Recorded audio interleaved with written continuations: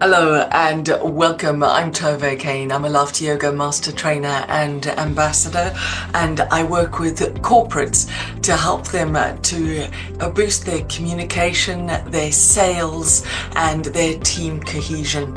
We see a lot of communication issues developing with different cultures coming together in the workplace, and we know that with so much stress and anxiety, there's a lot of absenteeism at work.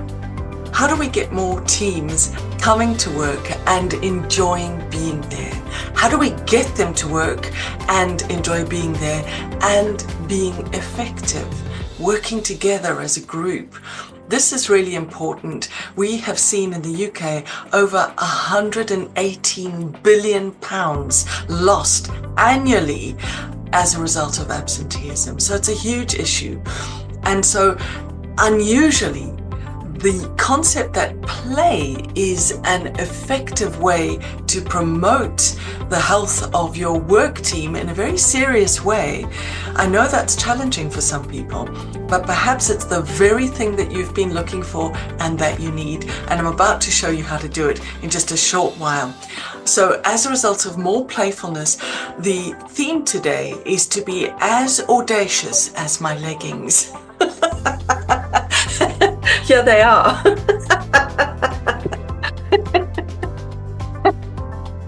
They aren't exactly common work attire, I get that, but it's the energy that I want to talk about. So let's jump into this very quick. 5 audacious tips to promote playfulness through the inner child at work. What we are saying here is when the bottom lip drops, so does the bottom line. So it seems playful, but it's actually really effective and completely serious. Now, creative resilience, lateral thinking tools, play-based stress release techniques, neuroscience-backed connection tools. Do these sound more like corporate terms that you could sell to the financial director? Is that something that the general manager or the HR team can buy into because it sounds more businessy? At the end, creative resilience, lateral thinking tools, play-based stress release techniques, and neuroscience-backed connection tools all effectively result in what we're talking about is the inner child. So I'm going to show you very briefly how we can activate this, and here's why we need to do this.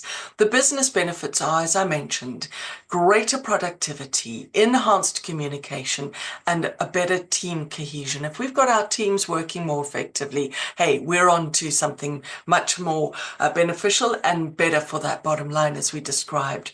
So why do corporates need this? We have to reduce stress and burnout. Laughter, play, and lightheartedness, these activate the parasympathetic nervous system, and this leads to better stress management. We can't do anything about the stressful situation, but we can deal with the ways that we handle the stress. I hope that makes sense. We also need to boost creativity because we are in markets that are increasingly under more pressure. So we don't even know what's coming in the future that we need to develop creativity and resilience around. So boosting creativity and innovation, this is really important. And play unlocks right brain thinking. That's essential for brainstorming, for product development, and for strategic agility.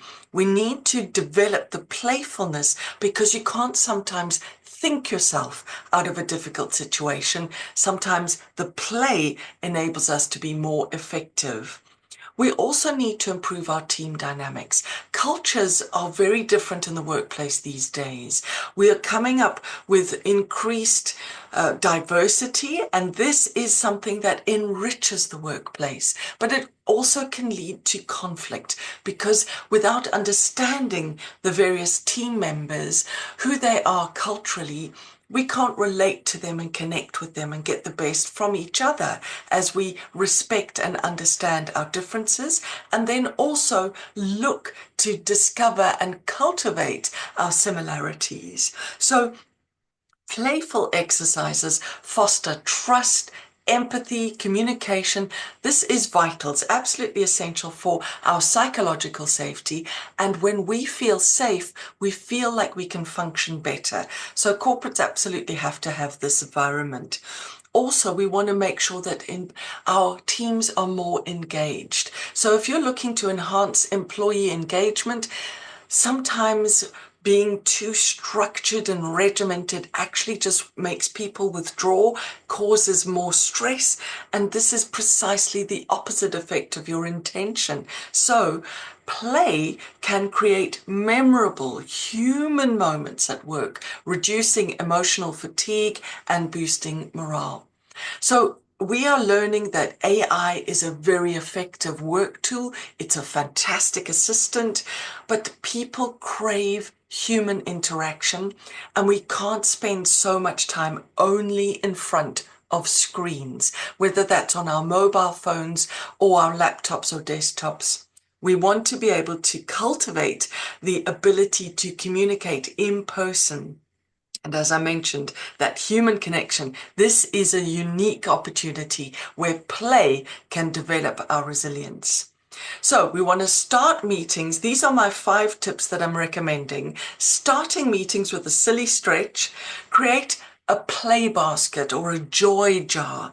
Designate dress like your inner child days. I know a lot of corporates use casual Friday, where they might just dress a bit more casually on the Friday leading into the weekend, just acknowledging that the team feels more rewarded by being able to be more casual. And hey, why not use it to dress like your inner child? Add some playful prompts into your workplace. We see a lot of, the very serious corporate spaces with all of the notices and the important information for GDPR and other important signposting. But what about some playful prompts? Is there space for that in your work environment? And what about using improv games for problem-solving sessions? I see this very effectively when I'm dealing with sales teams. Sometimes they come up against the resistance and all of those obstructions that are in their path for the closing of sales. And so to overcome objections, sometimes they've got to get a bit more creative in terms of how they solve those objections. So developing your improvisational skills actually improves your problem solving, and this is really fantastic for corporates. So what do I mean by starting meetings with a silly stretch? You could kick off team calls with a wacky movement. Now, I know that many teams are online or hybrid or a combination. We also are dealing with work teams that are working transcontinentally, and we find that actually the cohesion that's possible on a screen is as good as if we were in person. So remember, this is available in both respects. We can do this online and we can do it in person. So a team call with some wacky movement, a funny facial expression game. This will instantly shift the mood. It builds rapport. It allows grown-ups to be safely goofy, and it really, I know that some managers feel like they can't get the respect of their team if they engage in playful things like this, but actually that vulnerability is a strength. If they could see that their team respects their playful example, and it actually creates a more creative environment. So think about a silly stretch before you start some meetings. Creating a play basket or a joy jar. What does that sound like? Could it be Lego bricks? Could it be coloring books, mini puzzles, bubbles or stress balls? Giving permission for 5-minute creative brain breaks. This is especially useful during stressful tasks. Now, we know that people take smoking breaks, and I don't need to talk to you about the health concerns of smoking, right? Why can we not take creative breaks where we could get something that is really cohesive, really playful and really beneficial. My sister worked at a university, and at the reception area they often had big puzzles, and people would breeze past and start working on the puzzle and then carry on to their next meeting or lecture. And we noticed in that space, it didn't matter what the puzzle was. It didn't matter how many pieces there were. It didn't matter how much time people had. Just the fact that the puzzle was there created this invitation to come and play, take a break, and also just be enjoy yourself at work. I think there's every good reason to enjoy ourselves. We spend a lot of time at work. How about this designated dress like your inner child day? So we could have colorful clothes, mismatched socks, superhero capes. You know what? It opens up conversations, it releases inhibitions, it boosts team morale. You can stay in this outfit for the whole day, or it could just be for the meeting on that morning. And isn't that a different way to bring about a team? So we don't only do these at team building sessions away, we could do this on a more regular basis and get more regular results. That's my suggestion. Playful prompts at the workspace. So sticky notes, and remember, you can get sticky notes that are stars or clouds or funny shaped sticky notes. But what about things that say, what would 7-year-old me do? Or have you laughed today? These kinds of prompts help to shift the mindset from pressure to play. If we stay too much in that pressured environment, it only leads to more stress. So if we can activate and encourage and cultivate play, we actually get better work out of people. We get better results. So it's really useful, and surprisingly, it gets better and better as more people play. Improvisation is not only for actors. There is this feeling in improvisation where we use the concept yes and. So no matter how improbable the situation is, in improvisation, the improbable situation is presented and we say yes, and then we add to it, and we can add to it. So if you have, for example, a client who is constantly adding objections and you're not too sure how to counteract those objections, you can play an improv game in the sales team or with other members of the team. Marketing can come along, IT can come along, management, and it is very interesting to see how people in different departments can come and add to some creative solutions that maybe you in your own department hadn't considered. So by saying yes, and we can make the really big problem much bigger, but then find the solution that's inherent inside that message. So we can develop this as exercises, storytelling games, role reversal, and it really does unlock creativity. It encourages empathy. It dismantles ego-driven dynamics. The ego is there to protect us, but if we don't need to be defending all the time, it means that we can ask colleagues for help and assistance.